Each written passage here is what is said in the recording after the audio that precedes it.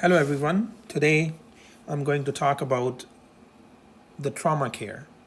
Okay, what we do in the initial assessment and the management of the major trauma patient. It is very important to understand, and you can use this as for your exam purpose, and also you need to understand these basic skills while you're doing the rotation in the surgery department. And this video is only for education purpose. You don't consider it as a medical advice. If you need any medical advice, you have to speak to your local authorities. Okay, so let's get started. When patient comes in with any kind of trauma, it could be in an accident, it could be a gunshot, or patient has any fracture, any kind of trauma patient comes to you in the hospital. There is a survey that as a trauma physicians we do, that is consists of with A, B, C, D, E. So A, B, C, D, E of the initial survey. A is for airway. The first thing we look is for the airway. Second things we look for the breathing, and then circulation, and then at the end we look for any disability and exposure. Okay, so I will go one by one in each part that what we do. The first thing you need to understand that if the patient airway, any trauma patients, we want to make sure that the patient airway is not closed. First, we try to look if there is any obstructions, uh, visual obstructions. It could be fallen teeth in the patient mouth, or patient has been vomiting and there is any kind of obstructions in the mouth. That is the first thing you need to remove from the patient mouth. So airway can be patent, because that is important, and it's a life-threatening emergency if there is any kind of obstruction there. Okay, and breathing, airway and breathing, they go hands in hand. In the breathing, that you try to find it out if the patient, first of all, even because patient chest has been exposed, you can look at the chest if the patient is accessory muscles are moving, or accessory muscles are moving, and how is the patient responding with the breathing, and if the breathing has been absent, or is there is any difficulty in breathing, then you have to react accordingly. And you do not move into the next step until you fix or you cover this step, because airway and breathing is the most emergency, and it's if you don't take care of this, there is no point to go to the circulation and disability.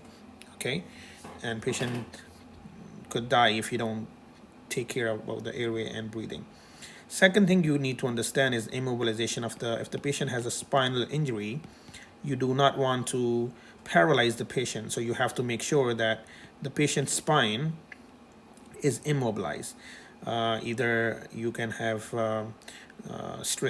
you can make sure that the patient's neck is straight, okay, and using different medical equipments that can make, if it is outside of the hospital, you can make sure the patient is on the stretcher. Do not move the head, because that if you touch the spinal cord and spinal cord get injured, the patient is going to get paralyzed. So it's very important that you don't you keep the spinal cord straight and immobile. And second part in airway and breathing that you want to make sure is, if the patient has a neck injury, there is a possibility that later on the patient is going to have edema in the neck, and that you will not have any time later on. Patient could die if you don't intubate the patient.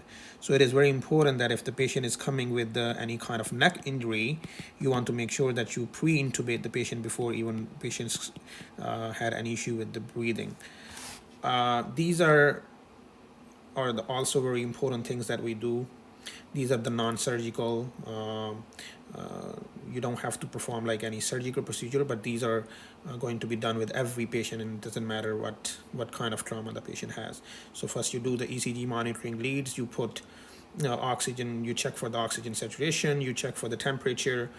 All these things should be recorded at the same time, and the other surgeons, because this during trauma you will notice that there is a trauma team, okay, and it consists of full different combination of different specialty of physicians. So trauma physicians. It could be some will be surgeons, anesthesiologists, and different team. Okay, different multi-speciality team. So it is very important to understand that first you go with airway, then breathing, and then you go for the circulation. When the patient is breathing good, airway is fine, and then you go for the circulation. And circulation, you want to check for the blood pressure. Is there any issues with the ECG or EKG? Any cardiac problem?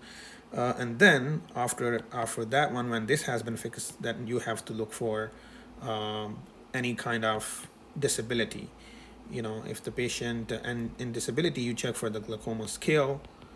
Okay,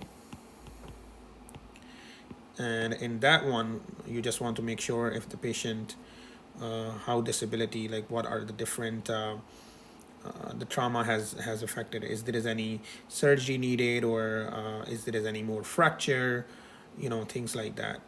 And you want to make sure that the patient is being exposed. What are So you don't want to lose any sight for the wound, or any opening wound. That way you can stop. Okay, so again, it is very important to understand that any trauma patient, if even you see someone in the accident, first you need to call the emergency.